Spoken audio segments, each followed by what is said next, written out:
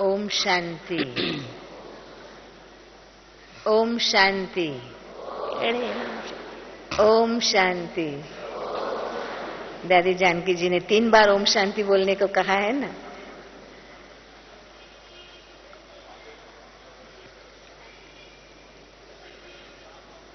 ये आता है मन में कि ये दिन कितने सुहाने हैं। आज का दिन तो मैं समझती हूँ कि सभी आत्माओं के लाइफ के अंदर, जीवन के अंदर बहुत बहुत बहुत महत्वपूर्ण दिन है। क्यों? क्यों? स्वयं भगवान हमें मिलने के लिए आ रहे हैं। सच में ही ये संगम युग के अंदर बहुत बड़ा भाग्य है। जितना जितना हम इस बात को सोचते हैं, हम आत्माएं, उतना उतना दिल एकदम खुशी से भर जाता है कि हम हर एक को अपने आप के पर ये नाज आता है, गौरव होता है कि हम आत्मा कितनी भाग्यशाली है, पद्मा पदम भाग्यशाली है, जिनको स्वयं भगवान आकर के मिलते हैं, जिनको भगवान ने चुना है। तो आज का दिन ऐसा दिन है। भक्ति मार्ग के अंदर तो किसी को अगर भगवान का थोड़ा सा साक्षात्कार ये हो जाए, थोड़ा सा चित्र जैसा ही दिख जाए, तो भी वो अपने आप को बहुत भाग्यशाली समझते हैं। अगर हम उनको ये कहते हैं, कहे कभी कि हमें तो भगवान मिलता है, तो वो हमारा मुंह ही देखते रहेंगे कि भगवान ऐसा फ्री बैठ गया जो तुमको आगे मिलता है। और न केवल मिलता है परंतु क्या करता है? पढ़ाता है। ये तो बहुत बड़ी बात है। भगवान आकर के बैठ के हमें पढ़ाएं। जैसे बाबा ने कहा कि ये तुम्हारा नशा है कि हम ईश्वर के स्टूडेंट हैं। बाकी तो कोई स्कूल में, कोई कॉलेज में पढ़ते होंगे, परंतु हमें पढ़ाने के लिए स्वयं भगवान सृष्टि पर आए हुए हैं। और पढ़ाई भी कौन सी है? आज क्लास में दादी जी ने क्या बताया? क्या बताया? मैं पढ़ करके क्या बनूंगी, क्या बनूंगा? दादी ने क्या कहा? मैं बनूंगी नहीं बोलती हूँ। क्या बोलती हूँ? मैं क्या बनूंगा? क्या बनेगा? राजा। दादी ने कहा ये राजयोग है। तो बाबा हमें पढ़ा रहे हैं राजाओं का राजा बनाने के लिए। परंतु पहले जो राजा बनना है, वो किसका राजा बनना है? स्व का। स्व का अर्थात कर्मेंद्रियों का राजा। स्व का राज्य लेंगे। बाबा ने कहा जो जितना स्वराज्य अधिकारी बनेगा, उतना वो विश्व राज्य अधिकारी बनेगा। स्वराज्य अधिकारी बनने से मन को आदत हो जाती है राज्य करने की, अधिकार की। तो हमारी जो कर्मेंद्रियां हैं, बाबा कहते अभी सतयुग से लेकर के हम पाठ बजाते बजाते बजाते आते हैं।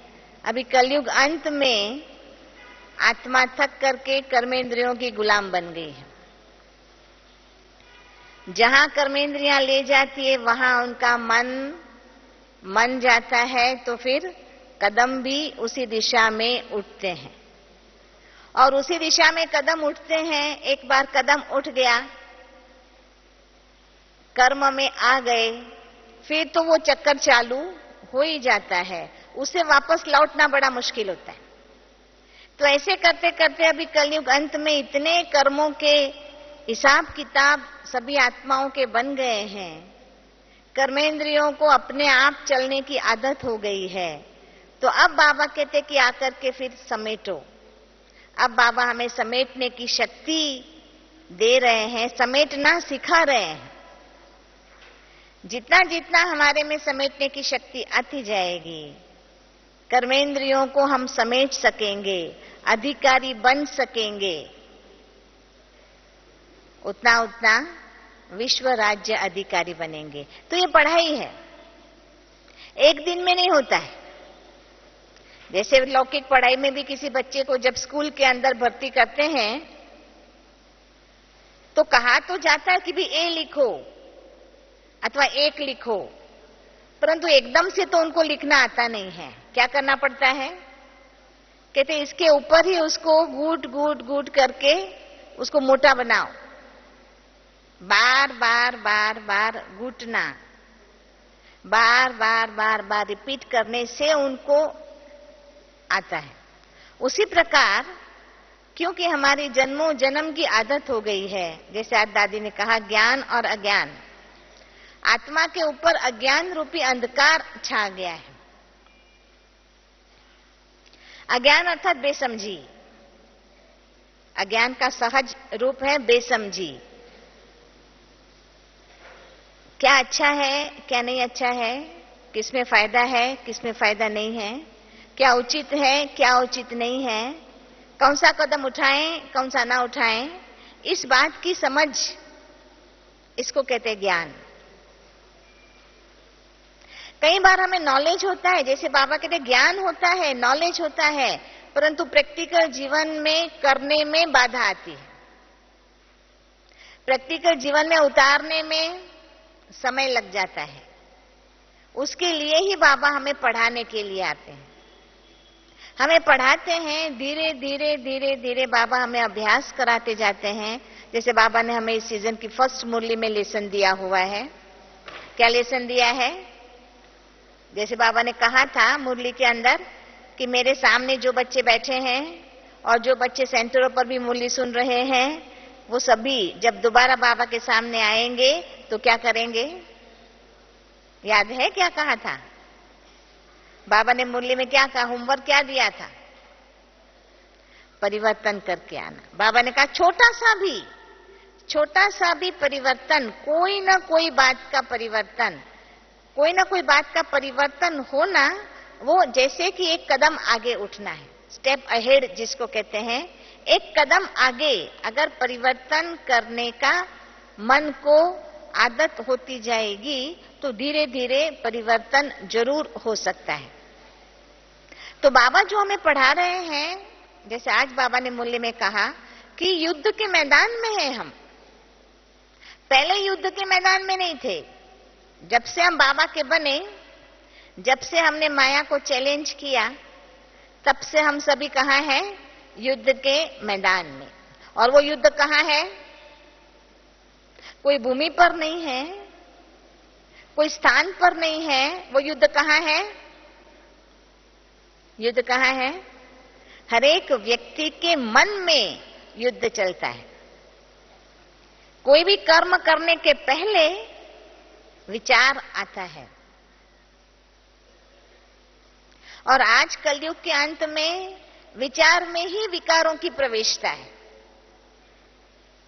जैसे आज बाबा ने मूल्य में कहा कि हाँ, कहीं कहते हैं कि ऐसे ऐसे मायावी विचार आते हैं जो पहले आते ही नहीं थे।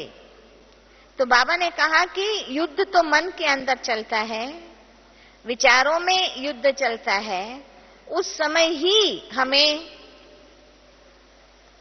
ज्ञान के जो हथियार, ज्ञान बाण जो है, वो वहां ही अप्लाई करना है, वहां ही लगाना है। मन में कुछ भी आया तो बाबा ने हमें मन को समझाना सिखाया है। जैसे आज दादी कह रहे थे, ड्रामा को जान।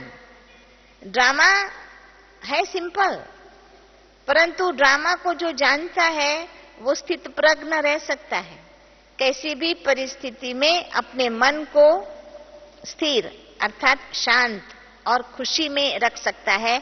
अगर ड्रामा को पक्का जानता है, जानते तो सभी है, परंतु मान करके धारणा की हुई है, तो ड्रामा जिसको कहते हैं भाई, ड्रामा की अनेक बातें हैं, बनी बनाई बन रही अब न बननी होए, चिंता ताकि कीजिए जो अनहोनी हो। जो हो चुका है वो तो हो चुका है, उसकी चिंता करने की कोई बात नहीं, क्योंकि वो अनहोनी तो होनी नहीं है। कहाँ भी किसी व्यक्ति का व्यवहार हमारे से ऊपर नीचे हुआ तो बाबा ने ड्रामा का ज्ञान दिया हुआ है कि भी ड्रामा में हर आत्मा का अपना अपना पार्ट है, वही पार्ट उनको प्ले करना है। तो बाबा हमें जो समझाते हैं वो हमारे अपने लिए समझाते हैं। बाबा ने बड़ी अच्छी बात हमें कही है कि तुम्हारा जो पुरुषार्थ है, तुम्हारा पुरुषार्थ ऐसा अपने आप के पर करना है, जो आज फिर से मुझे याद आ रहा है, दादी कह रहे थे सुबह के क्लास में कि ऐसा पुरुषार्थ करो जो माया दूर से भाग जावे। कभी कभी बाबा मुरली में कहते हैं कि ऐसा पुरुषार्थ करो जो तुमको देख करके माया भी तुमको मदद करने आ जावे, हाथ जोड़ देवे। एक बात याद आती है मुझे कि एक बार ऐसे हुआ कि एक योगी पुरुषार्थी, जो बाबा के हम बच्चे होते हैं, बड़े नियमित रूप से बाबा की श्रीमत पर चलने वाला, अमृत वेला उठने वाला, बहुत अच्छा पुरुषार्थ करने वाली आत्मा। जैसे हमें अनुभव है कि बाबा हमें रोज जगाते हैं, है ना। तो एक बार ऐसे हुआ कि उनकी तबीयत खराब हो गई। तबीयत खराब हो गई तो सुबह अमृत वेला उठना मिस हो गया। अमृत वेला 1 घंटा मिस हो गया। तो फिर जब जागा तो उसको मन में आया कि अरे मेरा तो अमृत वेला मिस हो गया, तो अब तो मेरे को और ज्यादा पुरुषार्थ करना है। तो क्या किया उसने, और 4 घंटा बाबा से योग लगा के बहुत अच्छा पुरुषार्थ किया। दूसरे दिन भी थोड़ी थोड़ी तबीयत तो ठीक नहीं थी, पर जब उनकी आंख खुली तो कोई सामने आया, कहा कि उठो उठो बच्चे उठो, तुम्हारा योग का टाइम हो गया है। बोला आप कौन हैं? कहते मैं माया। वो कहते माया? माया तो सुलाती है, माया उठाती थोड़ी है, तुम ऐसी कैसी माया है? तो कहते नहीं नहीं तुम उठो, जल्दी उठो, तुम्हारा अमृत वेला हो रहा है, योग कर लो 1 घंटा। कहते नहीं नहीं मेरे को समझ नहीं आता है, बाबा तो आता है उठाने, पर तुम माया भी मेरे को उठाने आई। तो कहती है नहीं मैं तो माया ही हूं, तुम 1 घंटा नहीं उठेगा तो फिर 4 घंटा योग करेगा। इसे उठ जा, है ना, 1 घंटा तो कर ले, तुम्हारा अमृत वेला तो मिस ना होवे। तो ऐसा हमारा दृढ़ पुरुषार्थ हो जो माया भी बेचारी क्या करे, हार जावे। तो इसीलिए बाबा कहते हैं कि हम बच्चों का जो पुरुषार्थ है वो आंतरिक युद्ध है, वहां ही हमें जागृत होना है। अवेयरनेस जिसको कहते हैं ना, जागृति जिसको कहते हैं, वो उसी समय जब विचार आता है ना, आप सबका अनुभव होगा पक्का कि जब अमृत वेला उठते हो तो क्या होता है, युद्ध वहां ही शुरू होता है। उठना तो है ही, आंखें तो खुल जाती है, फिर वहां थोड़ा सा युद्ध शुरू हो जाता है। क्या? थोड़ा सा सुख, है ना। राजाई तो पानी है, पर रजाई ऐसे थोड़ी छूटती है। थोड़ा थोड़ा सुख वो आत्मा को आकर्षित करता है। एक तरफ ज्ञान कहता है कि उठो भाई उठो, रूहानी पढ़ाई करके अविनाशी कमाई करो। पता है, ऐसा नहीं कि नहीं पता है, अविनाशी कमाई करो, पर वो अल्प समय का सुख आत्मा को अपनी तरफ खींचता है। तो वो जैसे कि युद्ध है, तो वो हमें अपने आप को चेक करना है, उस समय जागृत हो जाना है कि ये संकल्प जो है कि थोड़ा सा सो जावे, आज नहीं किया अमृत वेला, कल करेंगे, है ना। ऐसा सोच करके आत्मा को माया सुला देती है। तो उसी समय, उसी क्षण हमें जागृत हो जाना है, जिसको हम कहते हैं कि ये आत्मा समझ लेवे कि अभी संगम युग में क्या उचित है, कितना फलदायी है, कितना प्राप्ति वाला है। वो बात जितना जितना समझ में आएगी उतना आत्मा अच्छा पुरुषार्थ कर सकती है। क्योंकि ये बाबा जो हमें ज्ञान दे रहे हैं, पढ़ा रहे, इतनी वंडरफुल पढ़ाई है, ऐसा कभी दुनिया में हो नहीं सकता है। एक तो दुनिया में ऐसी कोई कॉलेज यूनिवर्सिटी नहीं है जहां कोई राजा बनाता हो। राजा बनने की कोई कॉलेज है? राजकुमारों को पढ़ने की कॉलेज होती है, परंतु राजा बनने की तो कोई कॉलेज होती नहीं। और ये इतना ओपन बाबा ने हमें चांस दिया है। नहीं तो बाबा जैसे समझाते भक्ति मार्ग में तो दान पुण्य करेंगे तो राजा बनेंगे। भक्ति में दान पुण्य कौन करेगा? जिसके पास धन होगा वही तो दान पुण्य करेगा, वही तो राजा बनेगा। परंतु संगम युग के अंदर बाबा ने हर एक आत्मा को चांस दिया है कि कोई भी आत्मा चाहे उनके पास बिल्कुल एक पाई ना होवे तो भी राजा बन सकता है, तो भी राजा बन सकता है। यहां दान पुण्य से राजा नहीं बनते, परंतु पढ़ाई से। जो आत्मा पढ़ाई पढ़ करके सतो प्रधान बन जावे, सतो प्रधान बन जाए, तो सतो प्रधान बनने से ही, क्योंकि राजा बनना तो बहुत बड़ी बात है। एक गांव का राजा बनना, अरे एक अपना मकान बनाना कितनी बड़ी बात होती है, तो राजा बनना तो कितनी बड़ी बात है। और ये बात ऐसे ही बाबा नहीं कह रहे हैं, ये बिल्कुल मैथमेटिकली कैलकुलेटिव है। आप बराबर अच्छी तरह से समझ सकते हो कि हम क्या ऐसा कर्म करेंगे जिससे अनगिनत संपत्तिवान बनेंगे, तभी राजाओं का राजा बनेंगे। बाबा ने सुविधा रखी है हमारे लिए। क्या सुविधा रखी है कि भाई यहां ऐसी व्यवस्था है संगम युग के अंदर कि एक का अनेक गुना फल आपको मिल सकता है, एक का अनेक गुना, और उसका आधार आत्मा की सतोप्रधान स्थिति के पर है। किसी को एक का एक गुना मिलेगा, कर्म वही है। आपने किसी को पानी का ग्लास दिया, एक को 1 गुना, किसी को 10 गुना, किसी को 100 गुना, किसी को 1000 गुना, और पदम तक व्यवस्था है, एक का पदम गुना मिल सकता है। सोचिए, आप एक कर्म करते, एक पाई करते हैं बाबा के यज्ञ में, 1 रुपया बाबा के यज्ञ में करते हैं, स्थिति आपकी बहुत ऊंची है, आपको एक का पदम मिल सकता है। और ऐसा एक एक करेंगे तो कितने पदम इकट्ठे हो जाएंगे। परंतु आधार क्या है? आत्मा की स्थिति, सतोप्रधान स्थिति। जो जितना सतोप्रधान, जो जितना पवित्र, उतना उसकी कर्म की कीमत जो है, वैल्यू जो है कर्म की, लाइफ की जो वैल्यू है, उनकी बढ़ जाती है। तो हमारा पुरुषार्थ बाबा हमें शॉर्ट में यही कहते हैं कि हर एक आत्मा को रोज यही चेक करना है कि मैं संपूर्ण निर्विकारी सतोप्रधान कहां तक बनी हूं। यही बाबा हमें चेक करने को कहते हैं। तो हम सभी का यही पुरुषार्थ है। आज मैं समझती हूँ सारा दिन भी सभी बाबा से मिलने की तैयारी में होंगे, है ना, क्योंकि बाबा का मिलना और आत्मा को एक बहुत जबरदस्त पुश मिलता है ना, बहुत जबरदस्त मदद मिलती है परिवर्तन करने की।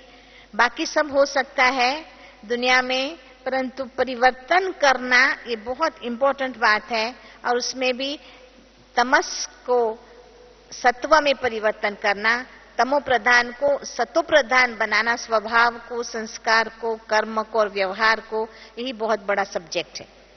तो आज सारा दिन यही पुरुषार्थ में रहेंगे कि बाबा की जब दृष्टि मिलेगी, बाबा के संकल्प हमारे प्रति चल के, बोल हमारे प्रति जब चलते हैं, तो वो आत्मा को ऐसे टच हो जावे, ऐसे स्पर्श हो जावे, जो आत्मा का एकदम परिवर्तन हो जाए। तो मैं समझती हूँ कि हम सभी संगम युग के अंदर अभी जो यहाँ मौजूद है, वो सभी बहुत बहुत भाग्यशाली है।